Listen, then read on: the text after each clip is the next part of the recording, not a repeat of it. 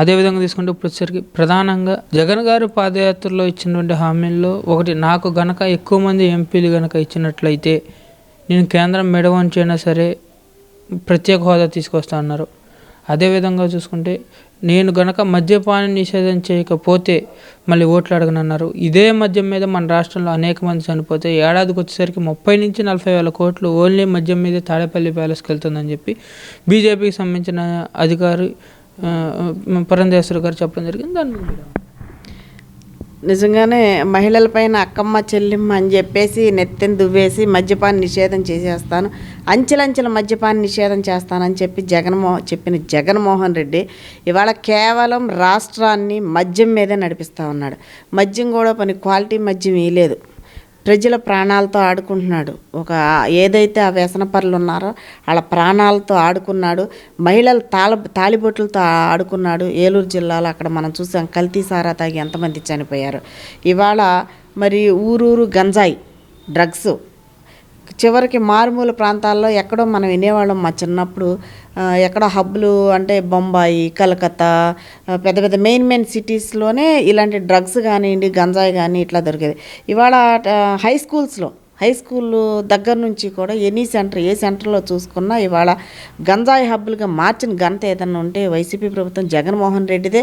ఇవాళ మద్యపాన నిషేధం అని చెప్పి ఇంటింటికి ఒక మద్యం బెల్ట్ షాపులు పెట్టేసి మరి చాలా అత్యంత దారుణంగా మరి కల్తీ మద్యాన్ని తీసుకొచ్చి అనేక రకాల బ్రాండ్లు ఏంటో, ఆ బూమ్ బీర్లు ఏమిటో, స్పెషల్ స్టేటస్ అయితే ఫెయిల్యూర్ అయ్యాడో తను తీసుకొస్తానని హామీలు ఇచ్చాడో ఆ హామీలన్నీ కూడా కల్తీ మద్యం బాటిల్స్ రూపేణా తీసుకొచ్చి విడుదల చేసి ఇవాళ ప్రాణాలతో ఆడుకున్నాడు. పూర్తిగా పేద ప్రజలను కూడా దోచేశాడు. మధ్యతరగతి ప్రజలను కూడా దోచేసి మద్యం వలన అవన్నీ కూడా తాడేపల్లి ప్యాలెస్కి పంపించేసాడు. అయితే భారత్ ఊరుకోదు, అక్కడ తన తాట తీసేస్తుంది. అందుకని అచ్చంగా దాని మీద టార్గెట్ పెట్టాడు. ఎప్పటికప్పుడు చూసుకుంటే నిన్న సంక్రాంతికి కూడా ఫర్ డే ఒక 5 కోట్లు ఎంతో లాభం వచ్చిందండి. అంటే ఒక్క 10 సంవత్సరాలు వచ్చే లాభం అంతా కూడా ఒక్క సంవత్సరంలోనే మనకి ఆదాయం వచ్చిందని చెప్పేసి కూడా మనం చూసాం ఆ లెక్కల్లో కూడా. అదేవిధంగా తీసుకుంటే ఇప్పుడు వచ్చేసరికి ప్రధానంగా ఇప్పుడు ఉన్నటువంటి పరిస్థితుల్లో 2014లో చంద్రబాబు గారి హయాంలో ఉన్నటువంటి అభివృద్ధి అనేది ఎలా ఉంది, 2019 నుంచి అభివృద్ధి అనేది ఎలా ఉంది. ఉదాహరణ తీసుకుంటే చంద్రబాబు గారి హయాంలో ఉన్నటువంటి కంపెనీలు కూడా వెళ్ళిపోతున్న పరిస్థితి ఏర్పడుతుంది. కొత్తగా ఒక కంపెనీ వచ్చిన పరిస్థితి లేదు. దీని మీద మన ఐటీ శాఖ మంత్రి కూడా పట్టించుకునే పరిస్థితి ఏర్పడుతుంది. విద్యాశాఖ మంత్రి గారు ఉన్నారంటే మన రాష్ట్రంలో ఎక్కువ మంది చదువుకుంటున్నారు కాబట్టి ఉద్యోగాలు ఇవ్వలేకపోతామని చెప్పి విద్యాశాఖ మంత్రి గారు అంటున్నారు. దాని మీద మీరు అసలు ఐటీ శాఖ మంత్రి ఎవరో తెలియని పరిస్థితి. మీ పిల్లలు ఇంటర్మీడియట్ మరియు ఎంసెట్ చదువుతూ సబ్జెక్ట్స్ లో కన్ఫ్యూజ్ అవుతున్నారా? కాన్ఫిడెన్స్ లెవెల్ తక్కువగా ఉందా? రిపీటెడ్ మిస్టేక్స్ చేస్తున్నారా? అయితే మీకోసమే ఉంది Rise app. 1 lakh question bank, performance analysis, online classes by experts, ఇంకా మరెన్నో ఫీచర్స్ తో మీ ముందుకొచ్చింది Rise the perfect guide. Description లో ఉన్న లింకును ఉపయోగించి సబ్స్క్రైబ్ అవ్వండి.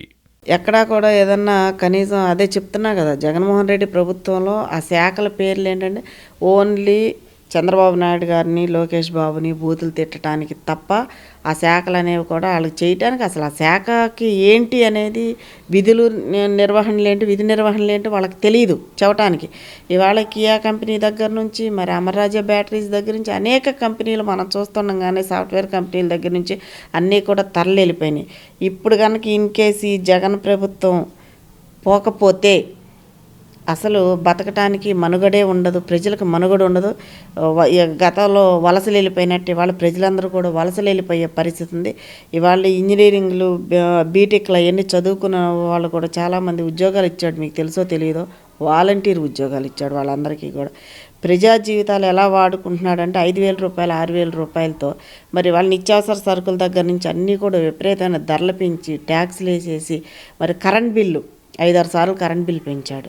ఇవాళ కరెంట్ బిల్ కట్టుకోలేని పరిస్థితి ఉంది. మరి ఇవాళ ప్రతి ఒక్క దాని ధర కూడా రెట్టింపు, అన్ని నూనె ధరలు చూసుకున్నా, ఉప్పులు చూసుకున్నా, పప్పులు చూసుకున్నా కూడా అన్ని ధరలు పెంచుకుంటూ వెళ్ళిపోయి ప్రజా జీవితాన్ని అస్తవ్యస్తంగా చేసిన పరిస్థితి. ఇవాళ మరి ఈ చదువుకున్న పిల్లలందరూ ఏమైపోవాలి? తల్లిదండ్రుల ఆస్తులు అమ్మి చదివించారు, ఫీజు రియంబర్స్మెంట్లు ఏం లేకుండా చేశాడు. మరి గతంలో చంద్రబాబు నాయుడు గారి ప్రభుత్వంలో మరి పిల్లలు ఇతర దేశాలకు వెళ్ళి మరి ఎంఎస్ చేసి ఉద్యోగాలు చేసుకోవడం కోసం మరి 10 లక్షల రూపాయలు ఇచ్చారు, విదేశీ విద్య పెట్టారు. అవి కూడా రద్దు చేసేసాడు. మరి ఏ విధంగా ఇతను డెవలప్ చేస్తున్నాడని మనం అనుకోవాలి. కాబట్టి జగన్మోహన్ రెడ్డి అనే అతను పూర్తిగా జీరో పాలన తప్ప, అతను కనీసం మైనస్ మార్కులే తప్ప ప్లస్ మార్కులనే ఎట్టి పరిస్థితుల్లో ఉండవు. చిన్న పిల్లాడిని అడిగినా చెప్పేస్తున్నారు. ఇవాళ జగన్మోహన్ రెడ్డి ప్రభుత్వంలో పూర్తిగా వ్యాపార సంస్థలు ఉన్నాయి. ఇవాళ వ్యాపారాలు పూర్తిగా డల్ అయిపోయినాయి, ఉద్యోగాలు లేవు. ఇవాళ టీచర్ అందరూ ఉద్యోగస్తులు ఇవాళ అంగన్వాడీలు రోడ్డు ఎక్కారు. అంగన్వాడీలు ఒక్కొక్క మాట అడుగుతుంటే నిజంగా జగన్మోహన్ రెడ్డి ఇల్లు దూరేశాడు, బయటకు సమాధానం చెప్పలేడు. నాకు తెలిసి ఒక్కొక్కసారి అడుగుతారు, రేపు ఎలక్షన్ కోడ్ వస్తే అప్పుడు జగన్ మాటను అడుగుతారు. ఎందుకంటే ఇప్పుడు బెదిరించి పోలీసులను బెదిరించి ప్రజలను బెదిరించి ఉద్యోగస్తులను బెదిరించి పాలన చేశాడు తప్ప ప్రజా ఆమోగ్యయోగమైన పాలన జగన్మోహన్ రెడ్డి చేయలేదు. ఆ రోజున చెప్పాడు 6 నెలల్లోనే మంచి ముఖ్యమంత్రిని అనిపించుకుంటానని వచ్చాడు. కానీ చాండాలమైన దరిద్రమైన నీచమైన ముఖ్యమంత్రి అనిపించుకున్నాడు, ఒక సైకో ముఖ్యమంత్రి అనిపించుకున్నాడు, ఒక తొగ్లక్ ముఖ్యమంత్రి అనిపించుకున్నాడు ఈ జగన్మోహన్ రెడ్డి. అదేవిధంగా తీసుకుంటే ఇప్పుడు వచ్చేసరికి ప్రధానంగా ఉద్యోగుల పరిస్థితి ఎలా ఉందంటారు? రాగానే సిపిఎస్ విధానాన్ని రద్దు చేస్తానన్నారు. అదేవిధంగా చూసుకుంటే ఇప్పుడు వచ్చేసరికి నెలాఖరికి మొదటి నెలలోనే జీతం జనవరి 1 కల్లా ఏదైతే నెల ఉందో నెలకి 1 తారీఖుకి జీతం ఏమైనా పరిస్థితి ఏర్పడుతుంది. అదేవిధంగా చూసుకుంటే మీరు అన్నట్టుగానే మన అందరూ రోడ్లు ఎక్కడం, ఇప్పుడు పరిసర కార్మికులు వచ్చేసరికి తర్వాత రేపు మాపు వాలంటీర్లు కూడా సమ్మె చేయడానికి సిద్ధంగా ఉన్నారని చెప్పి తెలుస్తుంది. దాని మీద మీరేమంటారు? అంటే ఎంత ఆలోచన లేనోడా లేదా నిజంగా సైకో కలిగినోడా, రాక్షసుడా, దుర్మార్గుడు అండి ఆ చట్టాన్ని ప్రయోగించడం. పాపం వాళ్ళు నిజంగా పిల్లలు ముడ్లు మూతులు కడిగి వాళ్ళకి అన్నం తినిపించి వాళ్ళు చేస్తే ఆ జీతం చాలది. వాళ్ళున్న పరిస్థితుల్లో జీతం పెంచు, మేము పెంచమని అడగట్లేదు, నువ్వు పాదయాత్రలో ఏవైతే హామీలు ఇచ్చావో అవి చేయమని మేము అడుగుతున్నాం అని అంటే అడిగినందుకు వాళ్ళని మరి ఆడకూతుర్లు రోడ్లెక్కిచ్చి నువ్వు పండగల పబ్బాలు లేకుండా నడి రోడ్ల మీద పెట్టి వాళ్ళ ఆ చట్టాన్ని ప్రయోగించి వాళ్ళని ఇబ్బందులు పెడుతున్నావంటే నిన్నేమనుకోవాలి? వాళ్ళు ఉసురు తగలదా జగన్మోహన్ రెడ్డికి? ఎంత దారుణమైన పరిస్థితి ఇవాళ జరుగుతూ ఉంది. నిజంగా చాలా దుర్మార్గం అది చేయటం అనేది మాత్రం. అదేవిధంగా తీసుకుంటే ఇప్పుడు వచ్చేసరికి ప్రధానంగా షర్మిల గారు కూడా మొన్న క్రిస్మస్ రోజున లోకేష్ గారికి శుభాకాంక్షలు తెలపటం, ఆవిడ కాంగ్రెస్ పార్టీకి అధ్యక్షురాలు, ఏపీకి సంబంధించినంత అధ్యక్షురాలు వహించడం ఎలా చూస్తున్నారు? అధ్యక్షత వహించడం అంటే తల్లిని చెల్లిని కూడా పార్టీలో లేకుండా రాష్ట్రం నుంచి తరిమేశాడు కదా. అసలు తల్లికి చెల్లికే గౌరవించినోడు ఇవాళ రాష్ట్ర ప్రజలను గౌరవిస్తాడు, రాష్ట్రంలో మహిళలను గౌరవిస్తాడు అనుకోవటం అనేది అది చాలా అమాయకత్వం. ఎందుకంటే అతని దగ్గరికి మానవత్వం కూడా లేదు. రాక్షస అంశలో పుట్టినోడు అనుకుంటా, బహుశా అతను మనిషి జన్మే ఎత్తలేదు. ఇవాళ షర్మిల పోరాడుతూ ఉంది. మరి వివేకానంద రెడ్డిని ఆ రోజున అత్యంత దారుణంగా బాత్రూంలో పెట్టి చంపేస్తే ఇవాళ ఏది శిక్ష? ఏది? సునీత పోరాడితే సునీతను బెదిరించారు. ఇవాళ మరి అవినాష్ రెడ్డిని అరెస్ట్ చేయించాలి కదా. నువ్వు చిత్తశుద్ధి కలిగి నీ బాబాయినే నువ్వు పదవి కోసం నీ బాబాయిని చంపించేసావు. నువ్వు ఇవాళ తల్లిని చెల్లిని కూడా నువ్వు చంపేయడానికి ప్రయత్నం చేసావు. తల్లిని చెల్లిని పంపించేస్తే నిన్నగాక మన సజ్జల రామకృష్ణారెడ్డి అంటున్నాడు అతను చిన్న సైకో, పెద్ద సైకో జగన్మోహన్ రెడ్డి అయితే చిన్న సైకో సజ్జల రామకృష్ణారెడ్డి.